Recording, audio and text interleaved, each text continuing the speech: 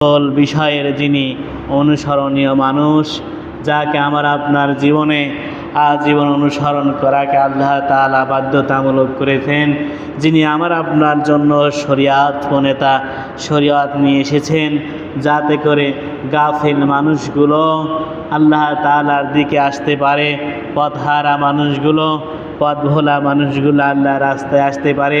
এজন্য যেই রসুল আল্লাহ তাআলার পক্ষ থেকে দায়িত্ব নিয়ে এই জমিনে উম্মতি মুহাম্মদের সকল এজেন্ডা বাস্তবায়ন করেছেন, সেই রসুল আমাকে আপনাকে শাফায়াত করে জান্নাতে দরজা পর্যন্ত নিয়ে যাবেন। সেই রসুল আকরাম সাল্লাল্লাহু আলাইহি সাল্লামের দরবারে অন্তরের অন্তরস্থল থেকে আমরা শুকরিয়া তান জ্ঞাপন করছি, সবাই বলছি সাল্লাল্লাহু আলাইহি ওয়াসাল্লাম। সম্মানিত হাজরিন, আল্লাহ রাব্বুল আলামিন এই দুনিয়ার জীবনটাকে তিনি ব্যাপ্তি করার জন্য, আপাদমস্তক বসবাসের উপযোগী করার জন্য দুনিয়াতে একটা মানুষকে সর্বপ্রথম তিনি তৈরি করেছিলেন। তার নাম ছিল হযরত আদম আলাইহিস সালাতু ওয়াস সালাম। এরপরে আল্লাহ তাআলা তার ওই সঙ্গী মা হাওয়া সালাতু সাল্লামকে তিনি তৈরি করলেন, সৃষ্টি করলেন। কোরআনুল কারীমের ভাষ্য মতে আল্লাহ তাআলা এই দুইজনের মাধ্যমে তিনি তামাম দুনিয়ার এখন পর্যন্ত যারা মানুষ আমি আপনি আছি, যারা এসেছিল সকলেই তার ওই বংশধর। আমরা এটা বিশ্বাস করি কি করি না বলেন? অবশ্যই আমরা বিশ্বাস করি যে আল্লাহ তাআলা প্রথম মানুষ আদি পিতা হযরতে আদম আলাইহিস সালাম, আদি মাতা হযরতে মা হাওয়া সালাতু সাল্লামের মাধ্যমে আমাকে আপনাকে দুনিয়াতে তিনি নিয়ে এসেছেন। আল্লাহ রাব্বুল আলামিন এই দুইজনের মাধ্যমে বসবাসের উপযোগী করার জন্য আল্লাহ যেই ভূখণ্ড তিনি আমার আপনাকে দিয়েছেন, এই ভূখণ্ডের মধ্যে কত দেশ রয়েছে, কত মানুষ এই ভূখণ্ডের মধ্যে বসবাস করে, এইটাকে বলা হয় পৃথিবী। আল্লাহ তাআলা পৃথিবী নামক এই জিনিসটা তিনি তৈরি করে বাবা এবং মায়ের মাধ্যমে তিনি আমাকে আপনাকে দুনিয়াতে তিনি এনেছেন। বাবা মা, তার বাবা মার মাধ্যমে দুনিয়াতে এসেছিলেন। তার মানে আদম আলাইহিস সালাম, মা সালাতু সাল্লামের মাধ্যমে দুনিয়াতে যত মানুষ আছে এখনো পর্যন্ত তার ওই বংশধর। আল্লাহ রাব্বুল আলামিন কুরআনুল কারীমের মধ্যে এই বাবা মার প্রতি আমার আপনার দায়িত্ব কি হবে, একজন মা যিনি দুনিয়াতে বসবাস করেন, একজন নারী রমণী যারা দুনিয়াতে থাকেন, তাদের প্রতি আমার আপনার দায়িত্ব কি সন্তান হিসেবে। একজন মানুষ দুনিয়াতে যারা জন্মগ্রহণ করেছে, আমার আপনার সন্তান হতে পারে সেটা মেয়ে মানুষ, কিন্তু হতে পারে সেটা আমার আপনার স্ত্রী, হতে পারে ওটা আমার আপনার মা।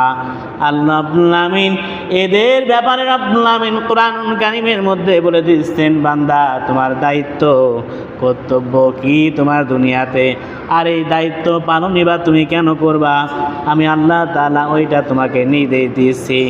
পবিত্র কোরআনুল কারীমের মধ্যে আল্লাহ তাআলা সুন্দরভাবে তিনি উপস্থাপন করেছেন, বান্দা দুনিয়াতে তোমার বাবা মায়ের প্রতি তুমি সদাচরণ কেন করবা, ভালো আচরণ তুমি কেন করবা। বান্দা জেনে রাখো, আমি আল্লাহ তাআলা হুকুম দিয়েছি যে তোমার বাবা মার প্রতি তুমি বেশি বেশি ভালো আচরণ করো, সদাচরণ করো, কেন ওইটা আমি আল্লাহ তাআলার কাছে গুরুত্বপূর্ণ ইবাদত হিসেবে সাব্যস্ত হয়ে যাবে। এই দুনিয়ার বুকে বাবা মার প্রতি আমার আপনার সদাচরণ যদি ভালো হয়, আল্লাহ তাআলা বলছেন ওইটা আমার আপনার জন্য ইবাদত হিসেবে গণ্য হয়ে যাবে। আল্লাহ তাআলা পবিত্র কোরআনের রাসূল সাল্লাল্লাহু আলাইহি সাল্লামের অগণিত হাদিসের মধ্যে এসেছে, দুনিয়াতে বাবা মা যাদের প্রতি বেশিক্ষণ থাকে, আল্লাহ তাআলা ওই সংসারের মধ্যে শুধুমাত্র বরকতি দেন না, আল্লাহ গোটা পরিবারকে তিনি রহমতের চাদরের মধ্যে তিনি ঢেকে রাখেন। জোরে বলি সুবহানাল্লাহ। আল্লাহ তাআলা গোটা পরিবারকে তিনি রহমতের চাদরের মধ্যে তিনি ঢেকে রাখেন। যাতে করে আল্লাহ তাআলা এই পিতা যে মাতায় একটা রহমত দুনিয়াতে আছে এটা সন্তান ভালোভাবে বুঝতে পারে। আল্লাহ রাব্বুল আমিন বলেন, ওয়া ক্বাদা রাব্বুকা আল্লা তা'বুদু ইল্লা ইয়্যাহু ওয়া বিল ওয়ালিদাইনি ইহসানা ইম্মা ইয়াবলুগান্না ইনদাকাল কিবারা আহাদুহুমা ওয়া কিলাহুমা ফালা তাকুল লাহুমা উফফিন ওয়া লা তানহারহুমা ওয়া কুল লাহুমা কাওলান কারীমা। জোরে বলে আল্লাহু আকবার। আল্লাহ তাআলা নিজে পিতামাতার ব্যাপারে ওয়াজ করে শুনছেন, ও দুনিয়ার মানুষ, আর তোমার প্রতিপালক আদেশ করছেন, আমি আল্লাহ তোমাদেরকে আদেশ করছি যে তোমরা তাকে ছাড়া অন্য কারো উপাসনা তোমরা করো না, অন্য কারো ইবাদত করো না, আর তোমরা পিতামাতার প্রতি সদাচরণ করো। তাদের মধ্যে থেকে কেউ যদি বার্ধক্য অবনতি হয়, কেউ যদি অসুস্থতার মধ্যে পড়ে যায়, যদি বয়স্কে বার্ধক্য উপনীত হয়, তাহলে তুমি তাদের সাথে তাদের প্রতি শব্দটি আচরণ করো না। আমরা সমাজের মধ্যে দেখতে পাই কিছু কিছু মানুষ তারা আলোচনা করতে গিয়ে বলেন যে পিতা মাতার তোমার আচরণের যেন ও পরিমাণ শব্দ না করে, বিষয়টা কিন্তু ওরকম নয়। আল্লাহ তাআলা পবিত্র কোরআনে বলছেন যে তোমার দায়িত্ব আমি আল্লাহ এমন পরিমাণ দিলাম যে তুমি পিতা মাতার খেদমত করতে গিয়ে এমন পরিবেশ তোমার মধ্যে তৈরি যেন না হয়, এত কই করা যায়, আমি নিজেই বাঁচি না। আল্লাহ তাআলা বলতেছেন খবরদার তুমি বিরক্ত হবা না, শব্দ পরিমাণ বান্দা করবে না। তোমার পিতা মাতার পরিচর্যা করতে গিয়ে দুনিয়ার বুকে কোনো রমণী, কোনো নারী যদি দুনিয়ার বুকে অসহায় অবস্থা হয়ে যায়, আল্লাহ বলেন হতে পারে ওইটা তোমার স্ত্রী, হতে পারে তোমার কন্যা, অথবা তোমার প্রতিবেশী।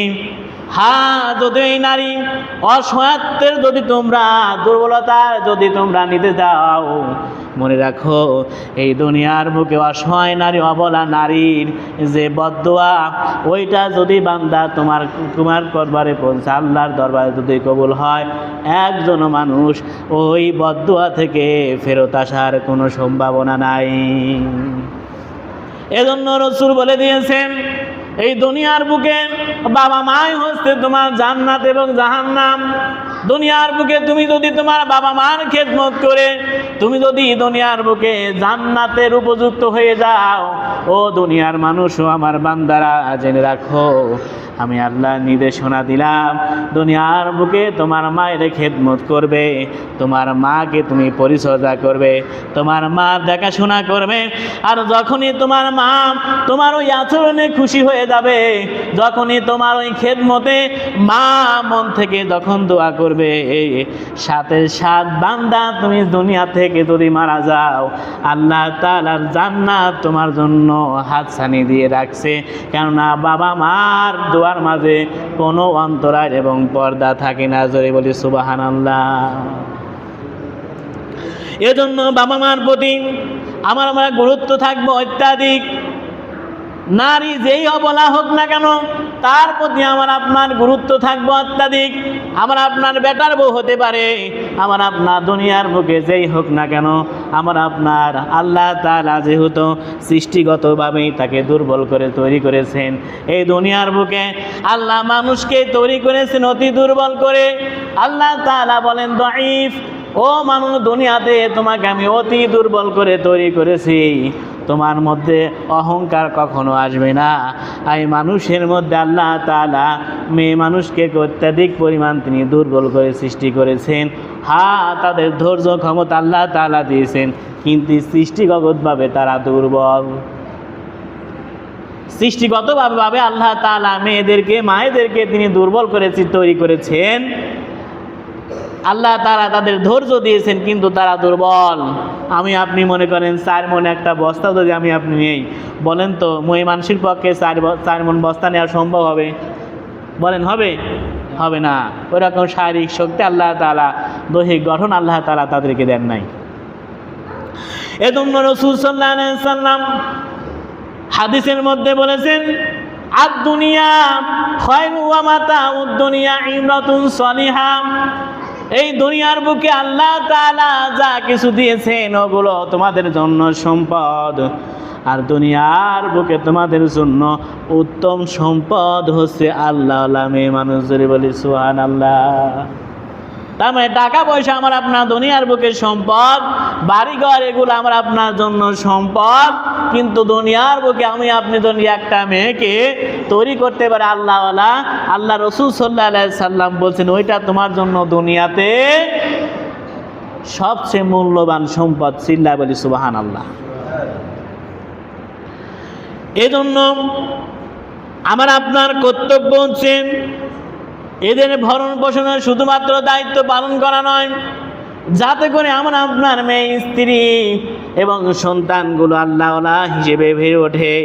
আল্লাহ তাআলা এজন্য বলেছেন যে আমি আল্লাহ নির্দেশনা দিলাম, যখনই তোমার বাবা মা এই দুনিয়ার বুকে বার্ধক্যে উপনীত হয়ে গেল, মনে করো 60 বছর 70 বছর তোমাকে দুনিয়ার বুকে রোজগার করে খাওয়াইছে, কোনো কিছু তোমার কাছে চায় নাই, বরং তুমি তার কাছে চেয়েছে তোমার দেওয়া বাবা মার সম্পদের উপর বড় হয়ে আজ টাকা পয়সা অধিক পরিমাণ করেছো, ঠিক আছে, কিন্তু তুমি যদি ওই যে তারা তোমাকে যে পরিমাণ কষ্টের পর কষ্ট সহ্য করে দুনিয়াতে তারা মানুষ করেছে, দুনিয়াতে তারা তোমার জন্য সব কিছু রহমতে ডানা তাদের তুমি বিছিয়ে দিয়েছে, ও দুনিয়ার মানুষ খবরদার ওই বাবা মার খেদমত করতে গিয়ে পরিমাণ শব্দ করবা না।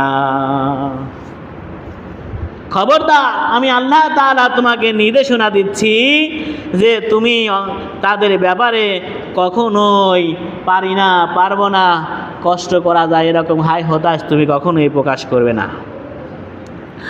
আল্লাহ তাআলা তিনি বাবা মার মধ্যে যে রহমত তিনি রেখেছেন, দুনিয়ার বুকে আমি আপনি যত প্রকার আমার আপনার আত্মীয় স্বজন থাকুক না কেন, আমি আপনি যদি তাদেরকে দান করি, তাদের জন্য আমি আপনি কোনো কিছু নিয়ে যাই, তাদের জন্য আমি আপনি যতটুকু খেদমত করি, দুনিয়ার সকল মানুষের খেদমতকে এক জায়গা করলে আমি আপনি যতটুক না রহমত পাবো আল্লাহ তাআলার, বাবা মার প্রতি আমি আপনার দায়িত্ব যদি আমি আপনি পালন করি, আল্লাহ তাআলা ওর চাইতে বেশি পরিমাণ রহমত তিনি আমার আপনাকে দান করবে।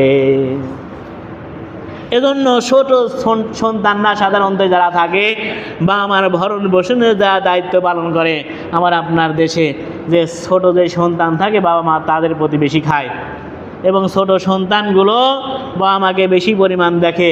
এজন্য দুনিয়ার বুকে মানুষগুলো ছোট সন্তানগুলোকে আল্লাহ তাআলা তিনি রহমতে বেশি দেন, টাকা পয়সা বেশি পরিমাণ তারা লাভ প্রদান করতে পারে বাবা মার দোয়ার কারণে।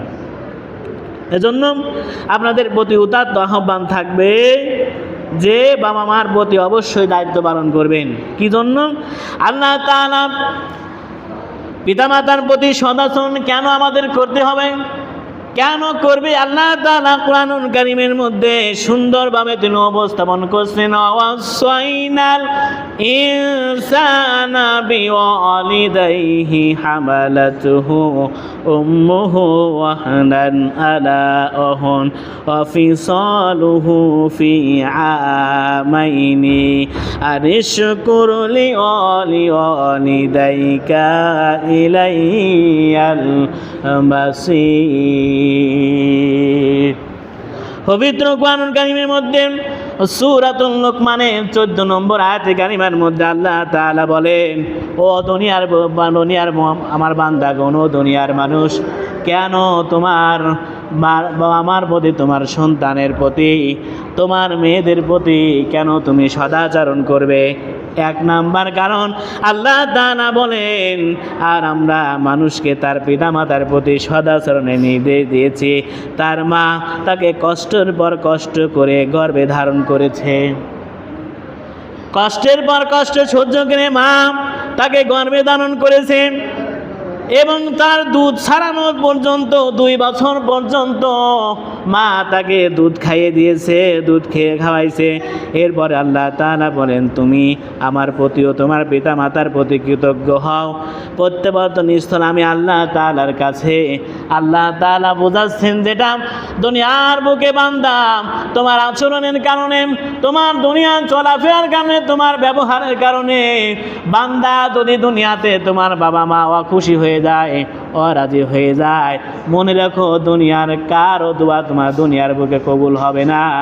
আল্লাহ তাআলা ওই বাবা মা অসন্তুষ্ট থাকার কারণে, বাবা মার খেদমত না করার কারণে, দুনিয়াতে বাবা মাকে না দেখভাল করার কারণে বান্দা জেনে রাখো, বাবা যদি তোমার জন্য বদদোয়া করে, সাথে সাথে মনে করো যদি মৃত্যু হয়ে যায়, আল্লাহ তাআলা বিনা হিসেবেই তোমাকে জাহান্নামের মধ্যে ভরে দিবে। জোরে বলি নাউজুবিল্লাহ। আল্লাহ তাআলা বলতেছেন যে কষ্টের পর কষ্ট সহ্য করে তোমার মা দুনিয়াতে তোমাকে পৃথিবীর মুখ দেখিয়েছে, তুমি দুনিয়ার বুকে আসার জন্য মা সবচেয়ে বেশি ভূমিকা পালন করেছে। আল্লাহ তাআলা বলতেছেন ওহনান আলা অহর, কষ্টের পর কষ্ট। কি রকম? যে একটা মা যখন সে গর্ভধারণ করে ওইখান থেকে তার কষ্ট শুরু হয়। কথা বলেন, কষ্ট কিন্তু ওইখান থেকে শুরু হয়ে যায়।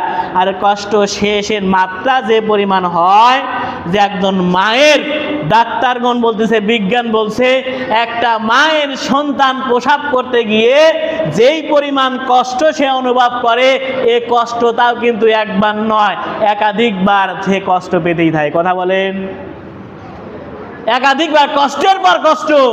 যে একবার কষ্ট করলেই হয়তোবা আছে যদি সন্তান জন্ম দিত, এটা তার জন্য হয়তোবা একটু লাঘব হয়ে যেত না।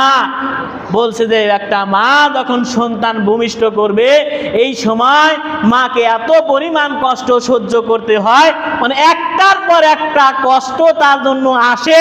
আর যখনই একটা কষ্টের পরিমাণ, একটা কষ্ট আসে, এই কষ্ট কিন্তু দ্বিগুণ পরিমাণ হয়। শুধুমাত্র এখানেই নয়, দুনিয়ার বুকে আমার আপনার এত শারীরিক গঠন, আমি আপনি মায়েদের থেকে আমি আপনি অধিক পরিমাণ সুস্থ সবল, মারা তো তৈরি দুর্বল হয়ে। আল্লাহ তাআলা বলতেছেন, বিজ্ঞানও প্রমাণ করেছে যে মা প্রসব বেদনা এত পরিমাণ কষ্ট হয়, মা প্রসবের বেদনা সহ্য করার অক্ষম হয়ে যায়। আল্লাহ তাআলা বলেন, ওই কষ্ট দুনিয়ার বুকে 10 জন পুরুষকে যদি ভাগ করে দেওয়া হতো, ওই 10 জন পুরুষ ওই জায়গায় মৃত্যুবরণ করে ফেলতো। যে মা প্রসবের বেদনা এত পরিমাণ কষ্ট অসহ্য হয়ে যায়, ওই কষ্টটা 10 জন পুরুষকে ভাগ করে দেওয়া হবে, মার একার কষ্ট। তারপরে 10 জন ওই মা পুরুষ মানুষ, সুস্থ সবল মানুষ দুনিয়াতে বেঁচে থাকতে পারবে না। কি মনে করেন? আমি আপনি মনে করছি যে কষ্ট আমি কেবল সহ্য করি না, মায়েদের যে কষ্ট, একদিন রান্না করতে গিয়ে বুঝেন, রান্না করতে যেন কি পরিমাণ কষ্ট হয়, আমি আপনি তো কোনো কিছু মনেই করি না। এজন্য দুনিয়ার বুকে বাবা মা মৃত্যুবরণ করে, আমি আপনি বাবা মার জন্য কোনো কিছুই করতে চাই না।